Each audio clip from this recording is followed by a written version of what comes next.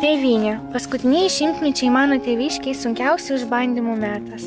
Myliu savo kraštą, kuriame gyvenu ir kurio žaviuosi kiekvieną dieną. Naujosios Vilnios pavadinimas kilo nuo upės Vilnelė pavadinimu. Anksčiau šią upę vadino Vilnė. Kadangi vietovės su tokiu pat pavadinimu jau buvo Baltarusijoje, nuspręsta palikti Naujosios Vilnios pavadinimą. Ilgai Naujoji Vilnė buvo atskira gyvenvietė ir tik 1957 metais ji buvo prijungta prie Lietuvos sostinės.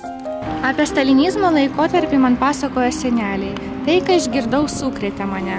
Iš šeimų išplėšiami žmonės, tūkstančiai šeimų, prekybiniuose vagonuose buvo ištremti į nežinę, be atsakymo, ar kada dar sugrįš.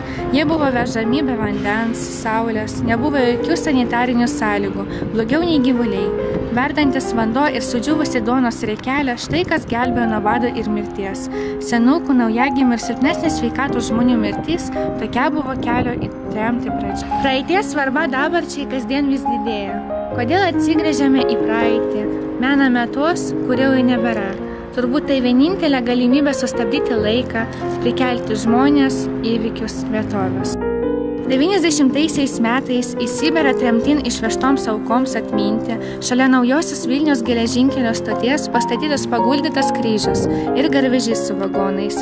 Po Lietuvos nepriklausomybės atkūrimo Naujosios Vilnios geležinkelio stoties memoriale kasmet birželio 14 dieną vyksta trėmimo minėjimo renginiai. Įvairios nelaimės sukrečia šį pasaulį, bet tokios prievartos, apie kurią liudija gyventojai, negalima lyginti net su baisiausia audra.